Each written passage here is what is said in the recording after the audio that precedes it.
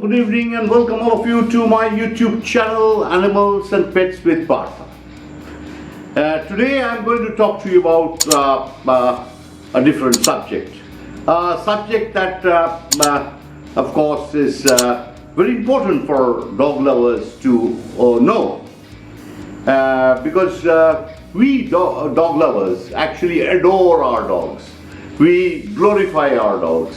We keep them and pamper them like our little children. But there are people in certain parts of India in the northeast who eat dog meat. And of course you must be aware that there are people in China where the dog meat is a delicacy. And so it is in the northeast, in Nagaland and places like that. I am not only talking to you just based on information that I have got from the net.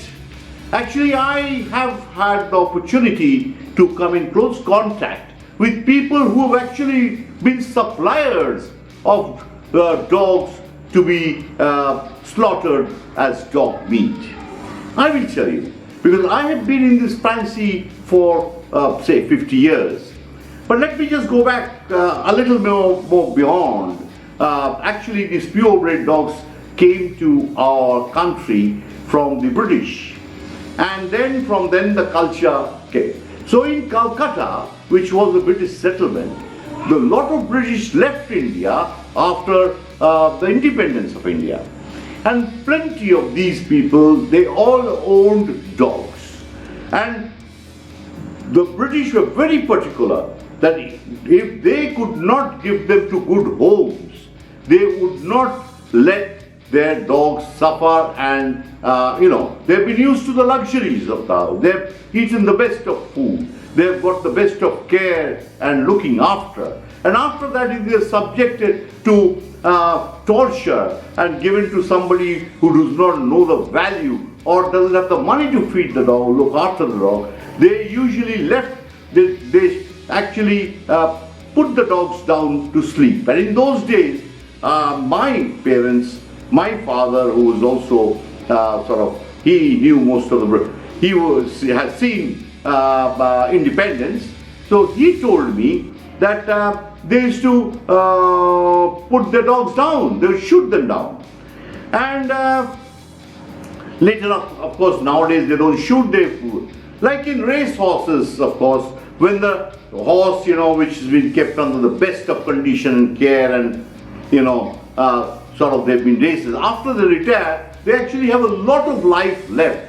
But then the animals, nobody is there to take care of them, because a race horse, which has been used to the luxury, will be then subjected to ordinary, because to maintain a horse is a lot of expense. So what they do is they put them down, the race horses. Nowadays, of course, there may be other. I've not done much research on that today, but earlier they used to just they had a gun where they could shoot it down and kill the animal. So the torture that they would be subjected to once they stopped racing was not unacceptable. And similarly, I'll tell you two incidents which has actually, I cannot forget. It's left a permanent mark in my inside me, because I was in Imphal many years back. They had invited me to give a lecture in there was a seminar organized, whatever, and I had to give a talk on dogs and dog shows and introduce them to the world of purebred dogs. There where I was talking, and after I had finished, there was a little shortish lady who kept on asking me a lot of questions about purebred dogs and things like that. And someone from the side just pointed out that she is the main supplier of dogs to Nagaland, Kohima, where they were used for slaughter. So that put me off completely, and believe me, after that I I quickly finished my interaction with the group, and I left in a hurry because that made me sick. One other incident that I must recall is about a friend of mine. Of course, a couple. They have long, what do you call, means they're no more. They were great dog lovers. They were an old couple. I met them when they were very old, much elder to me. And they lived quite close to my house, now beside a big park. And I have seen them from my childhood. They were ardent dog lovers. They were dog show goers. They were committee members. They helped with every show. They were table. They used to work in the table. They were stewards. They were judges and things like that. And they had in their old age a pair of Fox Terriers. So the Fox Terriers became very old, and they had, one of them lost the lady lost her eyesight, and the old man, couldn't take care of the dog. They lived in a small apartment with these two Fox Terriers which they could barely feed, and they had grown long nails, and they used to all the time call me, please give them away to somebody. They means, see, means dogs that are past their prime, they're 10 years, 11 years, 12 years old, and also in frail health, not really looked after, with the nails had grown, overgrown, and they were in, I wanted to help them, but, there's no place that you could leave those two old dogs. And they didn't have the money to give it to, in those days, of course, boarding kennels were far in between, so they weren't any, I suppose, and then so they asked me if I could, help them rehome them. So, means quite accidentally and quite surprisingly, the gentleman who just, as I sent word with everyone, said so I've got somebody to take the old dog. At that point, helping this old couple was the priority in my mind. And also that, so that they can give the dogs away to somebody who could take them. But as you realize that those two dogs are actually useless. They've got no value.